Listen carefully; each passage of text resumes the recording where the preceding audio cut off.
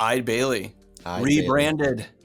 Probably the biggest accounting firm rebrand of the year, I think. Yeah. Big deal. They've got a new logo. They've got kind of new colors, new look, very big like visual refresh across the whole brand. I think what we really want to hone in on is this logo first and foremost. So the double circle, the overlapping Venn diagram. There's some thinking behind this logo or behind this rebrand. So their CEO, managing partner, Jeremy, says, real impact starts with real connection. So right there, we're getting this idea of connection. Okay. Maybe that's what the overlapping circles mean. It's how they show up for their clients with curiosity, care, and genuine desire.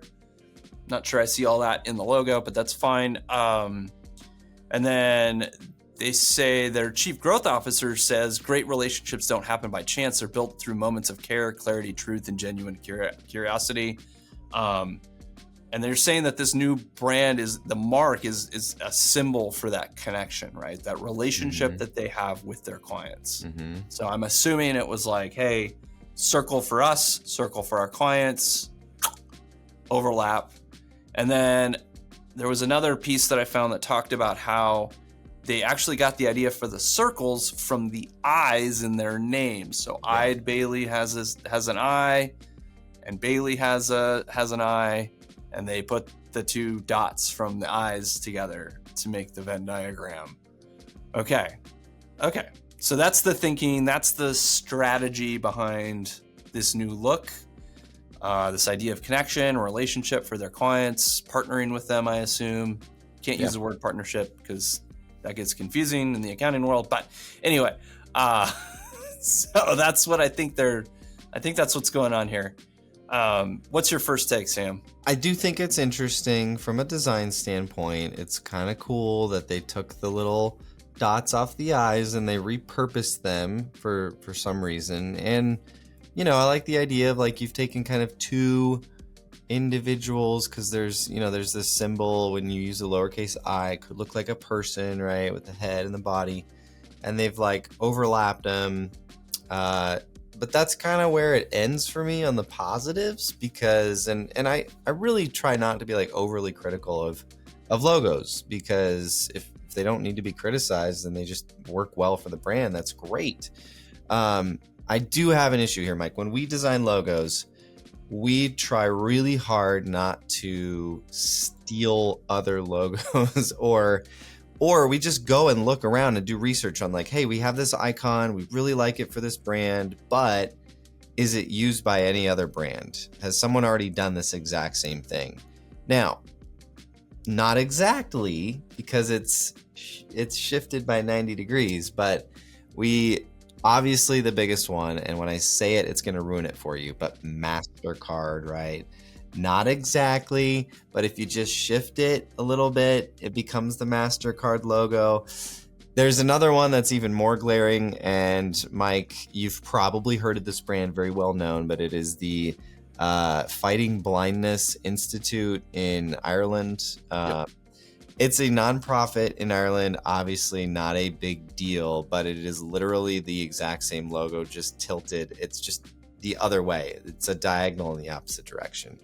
So like if I was the designer on this or in charge of this project and I saw that, I would ask myself, like, are we okay with this? Like, obviously it doesn't overlap, different industry, different country, but it would still be like, I feel like we need to do something different. It's going to be tough, just knowing that that's out there. So I think from a differentiation standpoint, Mike, we've talked about this offline. You have said it's almost too simple. Yep. Yeah, it's simple, which I want to give them credit for that. Yeah. Right. This is simple. I think a lot of brands struggle to make their logos simple enough. They want to pack in so much meaning into their logo visually that it becomes kind of just this smorgasbord of different ideas that are all thrown together into one thing. And I love that Eide Bailly has not gone there, right? Yeah. They've stuck with something really simple. The problem is it's so simple that it's not different. Yeah. It is easily replicatable. There's tons of brands out there that use either the same exact motif of two intersecting circles or something really similar. And it's like, hey, if you land on it and you're really stuck on it and everyone really likes it and you all recognize, hey, it's not different. Okay. My problem is Eide Bailly is at the scale where like that shouldn't be the answer. Yeah. That should be like, oh, it's not different enough. We got to go back to the drawing board. We're not done yet. It feels to me, and I hate to put like assumptions on what happened behind the scenes or what the motivation was for making the decision, but it feels to me like someone was like, good enough, we're done. And maybe didn't take it all the way through the process, or someone saw it and really liked it and said, I don't care that it looks like other brands. Yeah. There's some other aspects of this brand that are really tough for me. One is the colors. So the logo itself is just this really dark blue. That's the only way I've seen it, or it's a knocked out white on a dark blue. That dark blue is like exceptionally dark. It lacks, they talk about relationship and connection and power, and I'm not seeing it reiterated in the color scheme. There is a bright green they're trying to pull in here and there, and both of those are very not differentiated colors in this industry. So that's like a whole nother issue. I kind of feel like I'm stacking challenges with differentiation. And you have an opportunity when you rebrand, and especially at the scale of Eide Bailly, you have an opportunity to like put your stamp on the world and say, we are different, right? And I understand they're trying to bring some continuity, and they're not wanting to like maybe, rattle all the cages of their clients or make them feel, oh, you're changing everything. Are you going to be a totally different firm? And I think there's a way to communicate that and not have that be an issue. They're already changing so visually different from where they were that I was like, why not make it something really unique and interesting? That's the other part of this is I'm like, the two overlapping circles are just really not super interesting to me, at least. So I don't know, can we be a little nitpicky on here? Absolutely. But when you see other brands like, man, Discover, Mastercard, not Discover, Mastercard and Fighting Blindness. And I'm sure if you did a big audit of logos, you'd find tons of other Venn diagram overlapping circle logos. I mean, if you're a logo designer, and so I get it. Like sometimes you are handcuffed. You have to do what your client is asking you. But if a good test is if you go to like design websites like Dribbble or even Shutterstock and you type in, intersecting circle logo. If you type that in on Shutterstock, the first image is literally that logo, the Eide Bailly logo, just horizontally. So that in and of itself should be like a red flag of like, hey, this is not differentiated. In fact, someone can go on Shutterstock and basically purchase our logo and use it. So it's an issue from a differentiation standpoint and just a future standpoint of like, you want to build a brand that's ownable and definitely a brand that you can put everywhere and it looks just like you and nobody else. The other thing, Mike, that you and I have talked about is kind of the rollout of this. Like when you put together a new visual system, you want it to be cohesive, whether it's on your website, your business cards, your signage. And from, albeit a limited viewpoint, we're not inside their offices, we're not getting their business cards handed to us, but you just look at their digital footprint, they really haven't done anything with that mark that is like, it just doesn't feel cohesive. If you go look at their website, they have a circle on there, they have some rounded edges, but it looks kind of like a template that they couldn't quite get bended to their will, in a sense of like using the overlapping circles throughout all their stuff. They really didn't do it at all. And I think that could have helped if they had really bought into the overlapping circle visual system and utilized that in really interesting ways on the website, utilized it on social media imagery and that sort of thing. Then it would start to feel like, oh, okay, maybe they did know that this was kind of a common icon, but they're going all in on it and they're going to do whatever it takes to own it. And I don't even feel like they're doing that. I'm scrubbing through their video that announced the new branding, and it takes 38 seconds to get to this logo.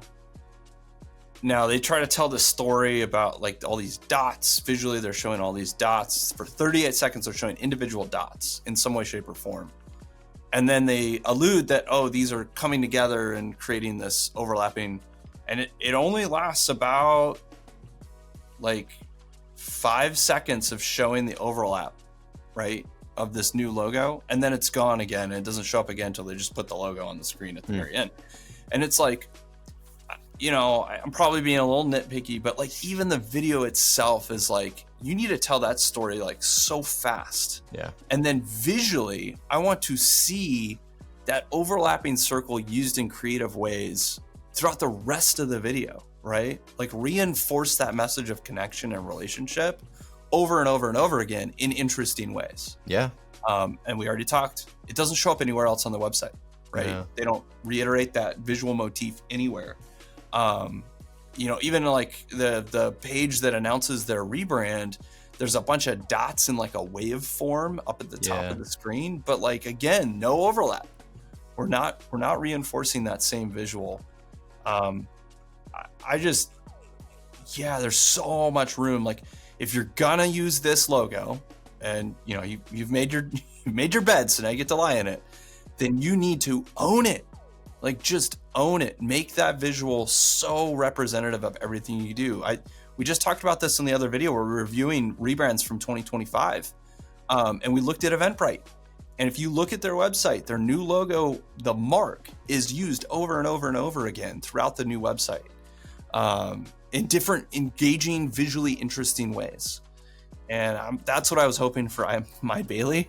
I was like, oh, okay, we got this simple logo. You can do a lot of things with a simple logo, and they didn't do it.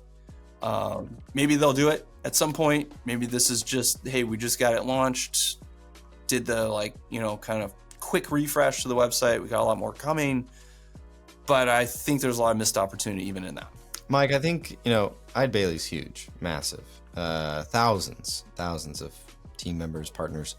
There could be a lesson here for certainly accounting professionals or marketers or accounting teams or accounting firms as a whole.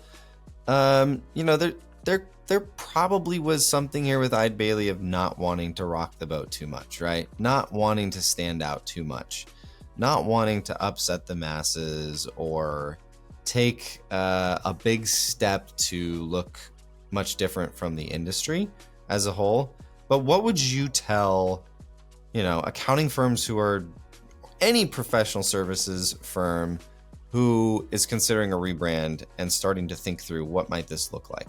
I applaud Eide Bailly for trying to find like a system of values in their business that they want their logo and their brand to represent. But I think the next step is, how can we do that in not just a true fashion, not telling just the true story, but telling it in an interesting and compelling visual way? And I think that's where, you know, anyone in professional services, you're typically dealing with people who are pretty change averse. They're pretty, you know, they're not very risk tolerant. But you can still be interesting while still like keeping it simple, right? You know, love or hate the company, but Baker Tilly's logo is interesting, and it's not a crazy branding. Like their branding is not like flashy or edgy, or it's very straight and narrow. It's very professional. It's kind of what you would typically expect from a really big accounting or advisory firm. But the shapes they use in that logo are interesting and unique to them.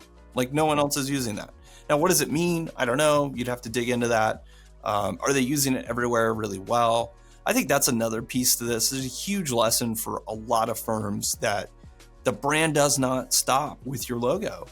It must continue through everything you do visually.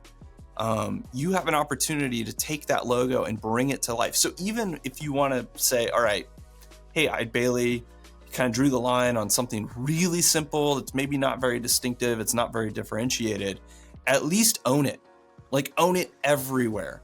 put that visual motif into everything you do. I remember, talking with some really like longstanding, very like artsy designers who had a studio, and they actually had a talk. It was fantastic. They had a talk where the two partners who founded the firm, one took the proponent of, I'm going to make the case that the logo is the most important thing in the brand. And the other said, and then they swapped, like halfway through the talk, they swapped. And then the other partner got up and said, no, the system is the most important part of the brand. And the outcome, the final story they're really telling is that they work together. And when they work really well together, you have a fantastic, distinct, great, true logo that really tells your story. And you have a system, a visual system around that logo that incorporates that logo and brings it to life in everything that you do and all of your storytelling. Then you have something really powerful. Yeah. If you want a great example, and I hate to use them again and again and again, but Nike does this really well. That swoosh is just everywhere, and it's used in creative ways, and it means something because they have used it over and over and over and over and over again. And I think that's a great case study in like just taking a simple logo. That swoosh is very simple, but it's still distinctive. It's still interesting. It's uniquely theirs, and you use it over and over and in interesting ways. And I think every single accounting firm or any other professional services firm could really learn a lesson from like taking your logo and expanding it out through the system that you develop.